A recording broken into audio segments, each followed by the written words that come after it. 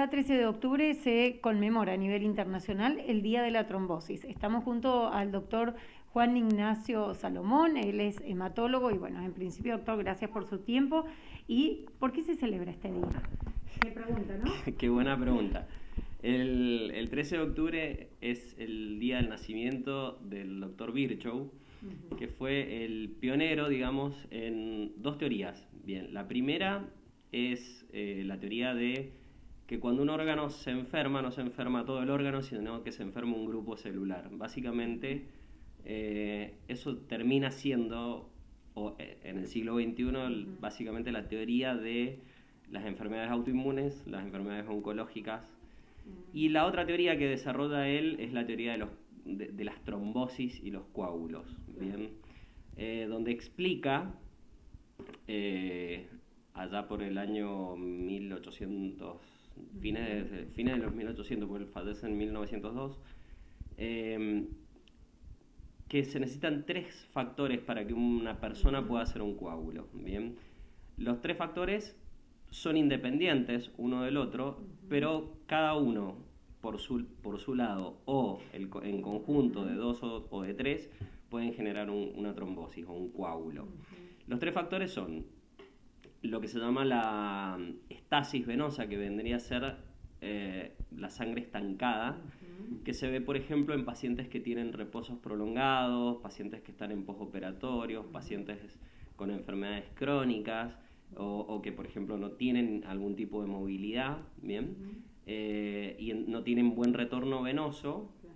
Entonces esa sangre que no se puede, digamos, movilizar normalmente por el flujo que dan las piernas al caminar, se estanca, una forma de decir, y se termina coagulando. La segunda causa, digamos, que es básicamente la más importante a nivel mundial, es la ruptura del endotelio, que sería un factor mecánico. Por ejemplo, el caso más frecuente es el infarto agudo de miocardio.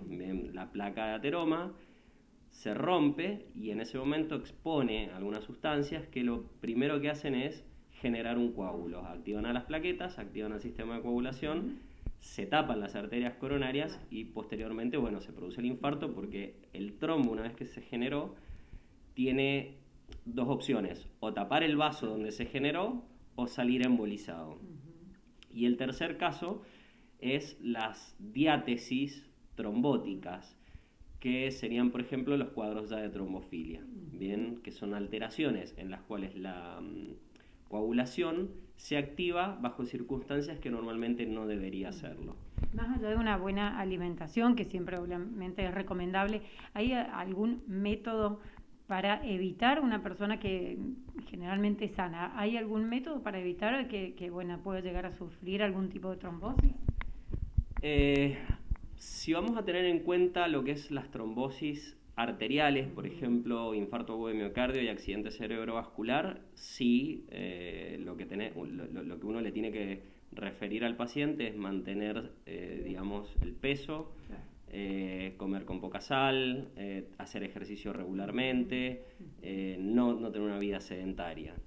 En realidad, en Argentina,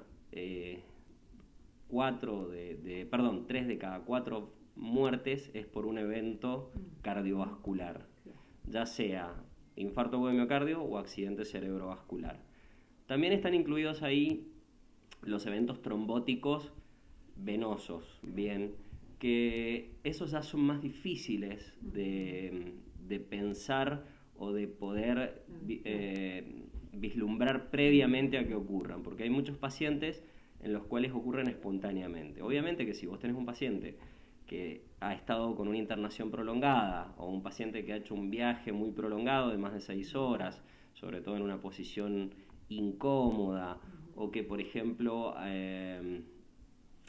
una mujer que ha tenido un bebé recientemente, o un paciente que ha tenido una fractura recientemente, son ese tipo de pacientes uno debe sospechar con mayor importancia, claro, exactamente, tienen una propensión a hacer una trombosis venosa. Esas trombosis a diferencia de las arteriales, la trombosis arterial tapa el vaso donde se genera el coágulo. Por ejemplo, las arterias coronarias, por ejemplo, las arterias cerebrales medias, qué sé yo, puede ser cualquier arteria, puede ser hasta una arteria renal, puede ser una arteria de la pierna, puede ser una arteria del brazo.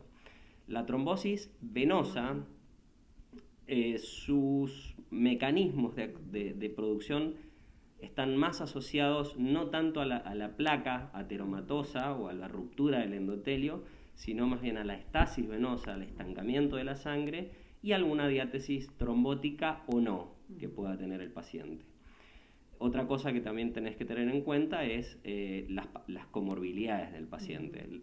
Obesidad, pacientes oncológicos, el embarazo es un factor de riesgo para poder, digamos, generar una trombosis de territorio venoso, el uso de ciertos medicamentos, como pueden ser algún tipo de anticonceptivos. Ahora se está tendiendo, digamos, a utilizar menos cantidad de anticonceptivos protrombóticos.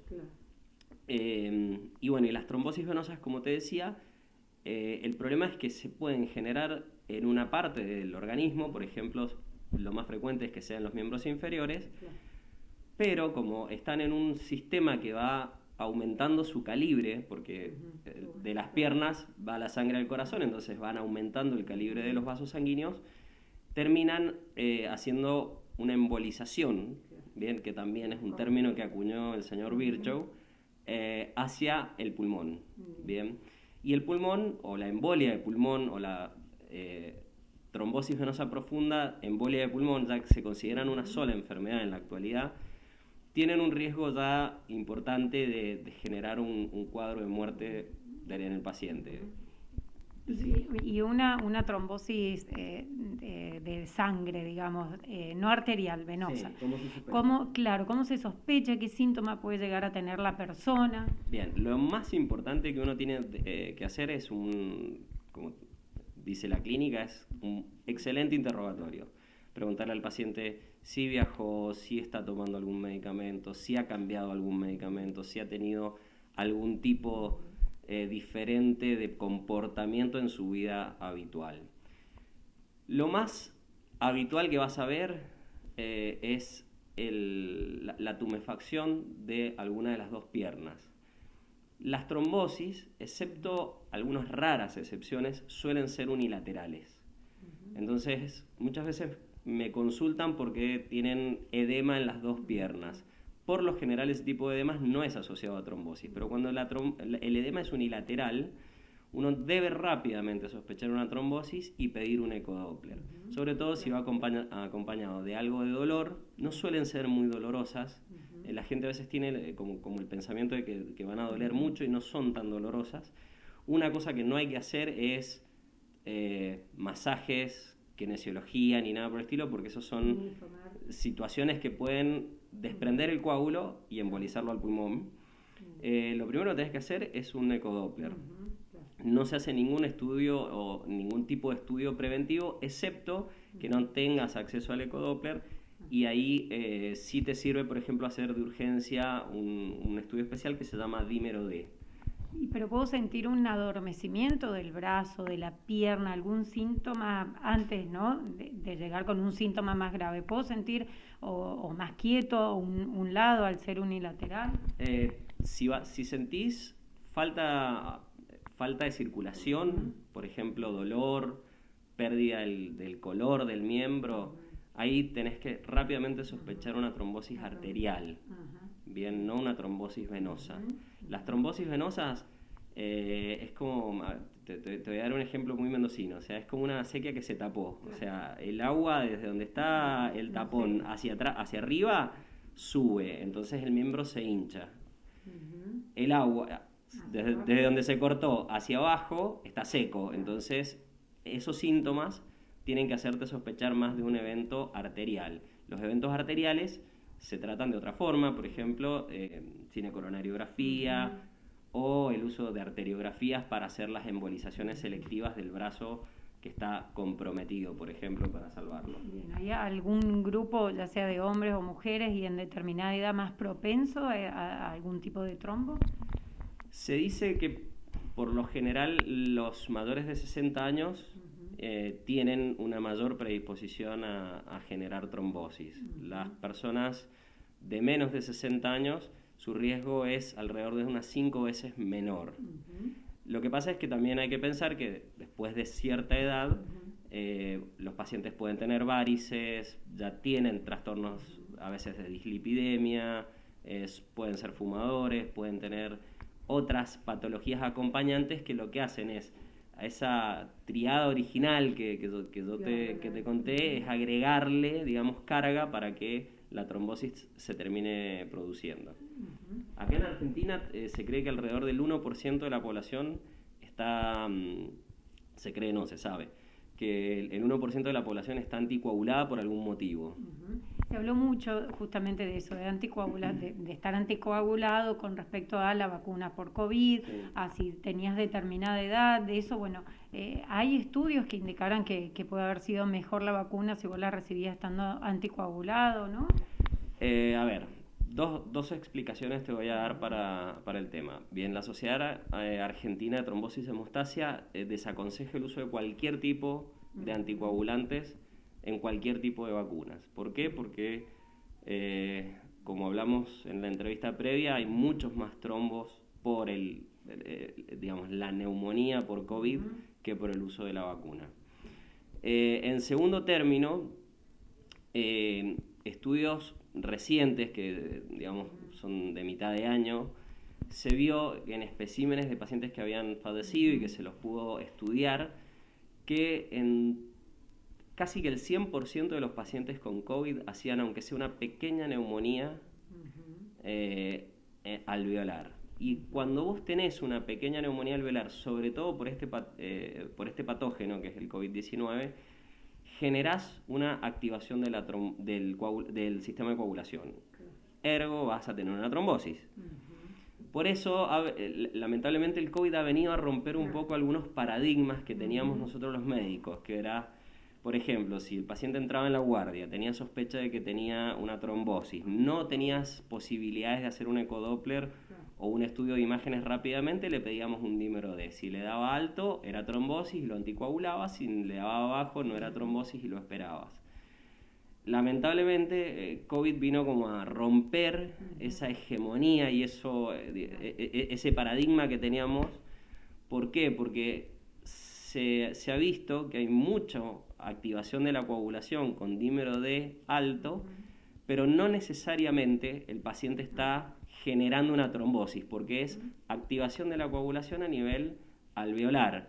Entonces no terminan desarrollando el cuadro completo de embolia de pulmón, que eso sí hace que corra riesgo la vida del paciente. Muchos pacientes lo terminaron haciendo, pero por ejemplo son pacientes que van a ir a terapia intensiva. Y otra de las cosas que también hay que tener en cuenta es que la determinación de algunos estudios específicos, como son el dímero D u otro que se llama PDF, son útiles solamente cuando el paciente ingresa al hospital. Nos pasa mucho de que el paciente ya recuperado le piden estos estudios, dan los dímeros D, vienen muy altos y terminamos haciendo un montón de estudios como son ecodoppler y tomografías computadas para ver si tienen trombosis venosas profundas o embolias de pulmón, y la verdad que la incidencia es bajísima. Doctor, como siempre, aconsejar que no se automedique la gente, sobre todo ha sido común escuchar por ahí, bueno, no, me tomo una aspirineta, me tomo la aspirina para estar anticoagulado. Sí, lo que pasa es que tampoco ha habido no se ha demostrado que eso disminuya el riesgo. Bien, yo personalmente he visto muchos pacientes vacunados con AstraZeneca y no tuve que anticoagular ninguno. Claro, que la AstraZeneca por ahí era la que más duda generaba respecto de la producción de coágulos. Exactamente. Sí he debido anticoagular a algunos pacientes post-COVID por cuadros de embolia de pulmón, pero te diría que en el 100% fueron pacientes que no fueron casos leves y que tuvieron que estar internados y que tal vez pasaron algunos días en terapia intensiva. Bueno, doctor, gracias por su tiempo. Recordar a dónde lo ubicamos si alguna persona lo quiere contactar. Hospital Español. Hospital Español del Sur Mendocino. Estamos acá todos los días de lunes a viernes. Y bueno, gracias por la invitación. Siempre un gusto hablar con ustedes.